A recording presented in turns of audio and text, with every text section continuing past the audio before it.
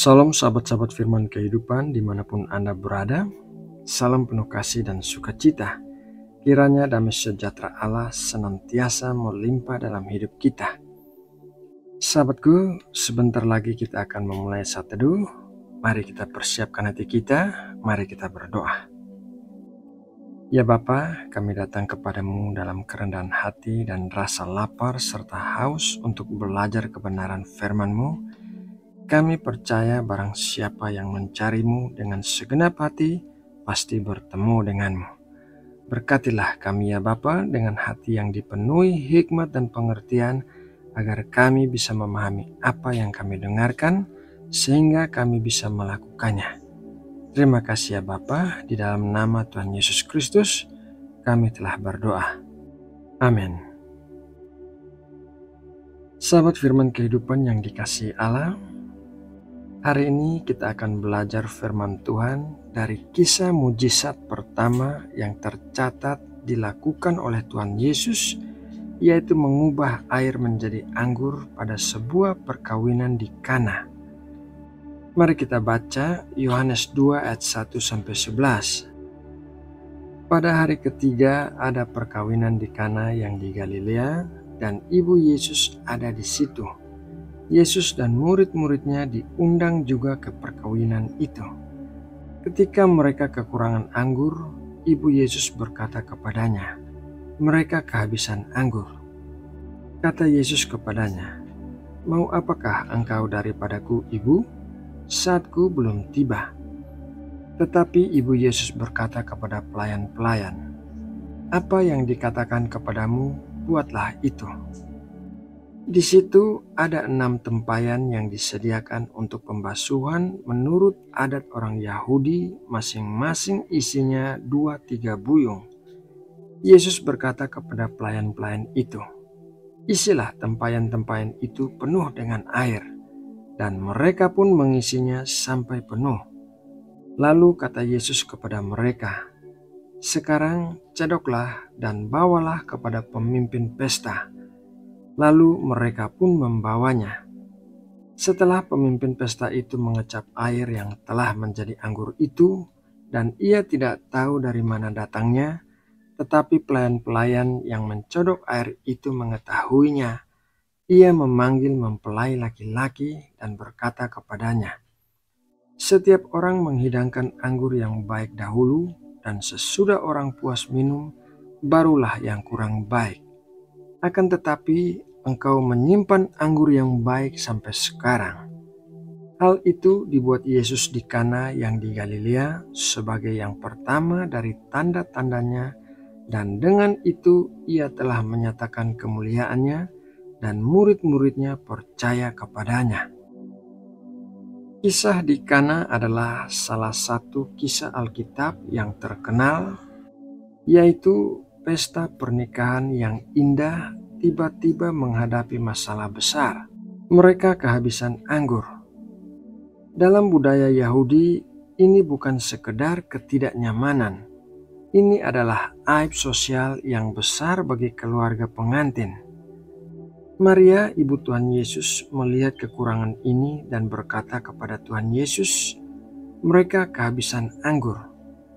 Mulanya Tuhan Yesus terkesan menolak, tetapi akhirnya ia setuju untuk bertindak. Tuhan Yesus menggunakan apa yang sudah ada di sana, yaitu 6 tempayan batu yang biasanya dipakai untuk upacara pembasuhan kaki dan tangan. Ia meminta para pelayan mengisi tempayan-tempayan itu dengan air hingga penuh. Perhatikan detail ini sampai penuh. Mereka mentaatinya, dan ketika air itu dicendok dan disajikan kepada pemimpin pesta, air itu telah berubah menjadi anggur yang paling baik.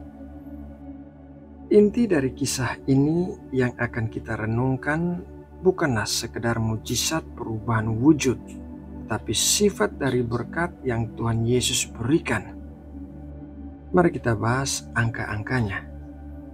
Tempayan-tempayan itu bukan teko kecil. Seperti yang kita ketahui, setiap tempayan menampung 2-3 buyung air, yang berarti antara 80 hingga 120 liter. Dengan 6 tempayan, total air yang dirubah Tuhan Yesus menjadi anggur berkisar antara 6 tempayan dikalikan 80 sampai 120 liter. Berarti totalnya sama dengan 480 liter sampai 720 liter. Tuhan Yesus menciptakan hampir 500 liter, bahkan mungkin lebih dari 700 liter anggur. Mengapa sebanyak itu? Pesta pernikahan di Kana mungkin hanya membutuhkan beberapa botol anggur tambahan. Tetapi Tuhan Yesus tidak bertindak berdasarkan kebutuhan minimal kita. Ia bertindak berdasarkan sifatnya yang berkelimpahan. Inilah pelajaran rohani yang mendalam dari kisah tersebut. Pelajaran yang pertama yaitu Tuhan memberi lebih dari yang kita minta. Kita mungkin datang kepada Tuhan dengan masalah anggur habis yang sederhana, tetapi Ia menjawab dengan kebun anggur penuh. Berkat-Nya tidak pernah ala kadarnya. Ia tidak memberikan cukup, Ia memberikan melimpah ruah. Ia adalah gembala yang memastikan cawan kita penuh meluap. Mazmur 23 ayat 5. Pelajaran yang kedua yaitu kelimpahan menghilangkan keraguan. Dengan jumlah anggur sebanyak itu, tidak ada seorang pun yang bisa berdebat bahwa itu hanyalah trik sulap atau sisa-sisa anggur lama. Kelimpahan ini adalah tanda yang jelas dan tidak terbantahkan dari kemuliaannya. Begitu pula dalam hidup kita. Ketika Tuhan memberkati, berkat-Nya seringkali begitu besar hingga tidak mungkin kita sangkal itu adalah pekerjaan tangan-Nya. Kelimpahan ini mencerminkan karakter Tuhan. Ia adalah sumber segala sesuatu yang tidak pernah kering. Selain kuantitas yang melimpah, ada aspek penting yang kedua yaitu kualitas. Pemimpin pesta itu terkejut dan berkata kepada pengantin pria, "Setiap orang menghidangkan anggur yang baik dahulu, barulah anggur yang kurang baik. Akan tetapi engkau menyimpan anggur yang baik sampai sekarang."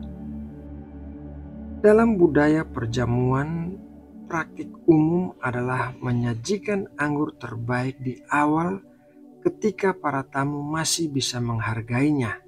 Dan barulah menyajikan anggur yang kualitasnya biasa saja di akhir. Tetapi Tuhan Yesus membalikan standar dunia ini. Anggur yang Ia ciptakan di akhir pesta adalah yang paling baik. Apa artinya hal ini bagi kita? Arti yang pertama yaitu berkat Tuhan selalu yang terbaik. Tuhan tidak pernah memberikan barang sisa atau kualitas murahan kepada anak-anak-Nya. Dalam segala hal, Ia memberikan yang terbaik. Berkat-Nya tidak hanya mengatasi masalah, tetapi juga meningkatkan keadaan kita ke tingkat yang jauh lebih tinggi. Arti yang kedua yaitu yang terbaik tersedia di dalam Tuhan Yesus. Jika kita mencari sukacita, Ia memberi sukacita yang tidak terlukiskan. Jika kita mencari kedamaian, Ia memberikan kedamaian yang melampaui akal. Jika kita mencari kehidupan, Ia memberi hidup yang berkelimpahan. Yohanes 10 ayat 10. Anggur terbaik ini adalah metafora untuk keselamatan, anugerah, dan pengampunan yang Ia tawarkan. Ia tidak memperbaiki masalah kita dengan solusi standar. Ia menyediakannya dengan solusi sempurna yang datang dari surga. Sahabat firman kehidupan yang terkasih, kisah di Kana mengajarkan kita untuk mengubah cara pandang kita tentang berkat Tuhan. Jangan membatasi Tuhan pada kebutuhan minimal Anda. Ketika Anda datang kepadanya dengan doa dan kekurangan, percaya bahwa Ia tidak hanya akan memenuhi kekosongan itu, tetapi akan membanjiri hidup Anda dengan kemurahan dan kebaikan. Berkat Tuhan itu besar dan berkat Tuhan itu murni. Di tengah kekeringan rohani, ketika Anda merasa kehabisan anggur dalam pernikahan, pekerjaan, keuangan, atau iman Anda, percayalah pada kuasanya yang mengubah, sama seperti air yang diisi oleh pelayan. Serahkan apa yang ada pada Anda, bahkan jika itu hanya air biasa, misalnya upaya sederhana, iman kecil, atau doa tulus. Nantikanlah kelimpahan dan kualitas ilahi. Bersiaplah untuk menerima berkat yang jauh lebih besar dan lebih baik dari yang pernah Anda bayangkan atau minta. Berkatnya akan datang dalam jumlah besar dan kualitasnya akan menjadi kesaksian bagi semua orang bahwa Anda melayani Raja dari segala raja. Biarlah kita hidup dengan keyakinan bahwa Yesus adalah Tuhan yang memberikan melimpah ruah dan berkualitas sempurna.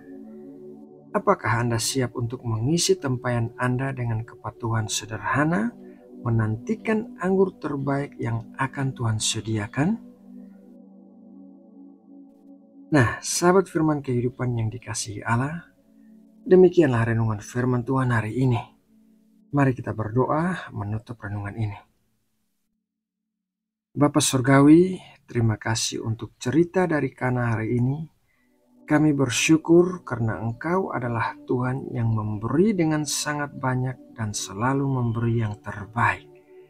Kami akui kadang kami punya masalah dan kekurangan seperti tempayan yang kosong, tetapi kami percaya bahwa Engkau akan mengisinya bukan hanya sampai cukup, tetapi sampai melimpah ruah jauh lebih banyak dari yang kami bayangkan. Kami juga bersyukur karena pemberian-Mu selalu yang paling bagus seperti anggur terbaik. Jangan biarkan kami menerima yang biasa-biasa saja. Beri kami damai sejahtera, sukacita, dan iman yang sempurna dari-Mu. Terima kasih Bapa, di dalam nama Tuhan Yesus Kristus kami berdoa. Amin.